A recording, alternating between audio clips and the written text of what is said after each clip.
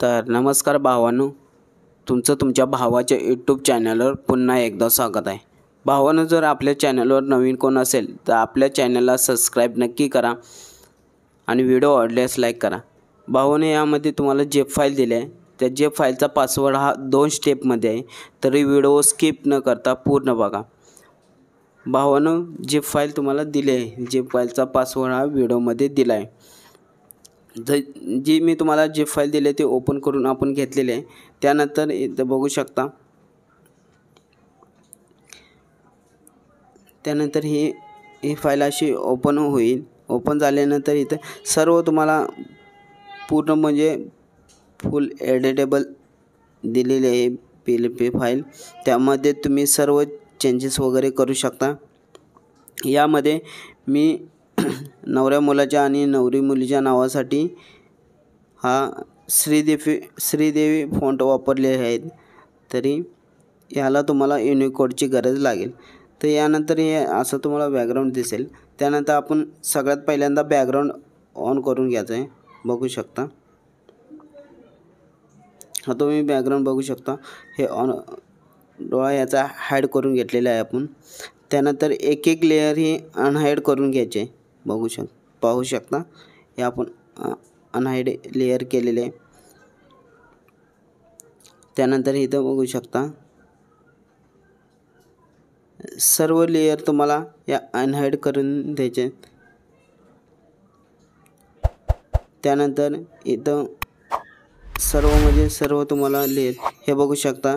नवऱ्या मुलाचं नाव आहे, यासाठी आपण श्रीदेवी फॉन्ट वापरलेला आहे. त्यानंतर इथं बघू शकता उपासिका, हा मराठीच फॉन्ट आहे, त्यामध्ये तुम्हाला युनिकोडचे वगैरे काही गरज लागणार नाही. त्यानंतर मुलाच्या वडिलांचं नाव, हे मुलाची पूर्ण माहिती आहे, हे पण आपण मराठीतच टायपिंग केलेलं आहे, त्यामुळे यालाही युनिकोडची गरज लागणार नाही. तर इथं बघू शकता. त्यानंतर आपण दुसरी लेयर ही अनहाईड करून घ्यायचे. पाहू शकता फुल म्हणजे फुल HD मध्ये पत्रिका तयार होणार आहे आपली. पूर्ण तुम्हाला फुल एडिटेबल दिलेले आहे, तरी सर्वांनी व्हिडिओ स्किप करू नका, पूर्ण बघा.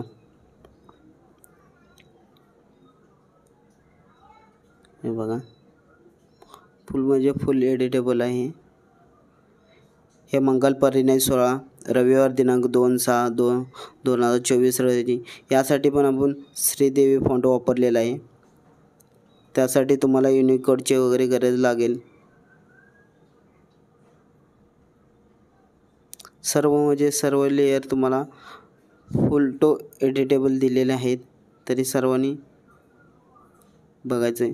पाहू शकता फुल म्हणजे फुल HD मध्ये हा बॅनर तुमचा तयार होणार आहे.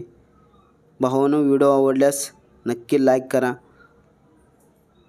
हे बघू शकता उपासिका भाग्यश्री या नावासाठी आपण श्रीदेवी फॉन्ट वापरला आहे, आणि त्याच्या खाली त्यांच्या वडिलांचे नाव वगैरे हे सर्व आपण मराठीतच टायपिंग केलेलं आहे, याला युनिकोडची वगैरे गरज लागणार नाही. त्यानंतर इथं मुलाचं पण नावाला सेमच केलं आहे.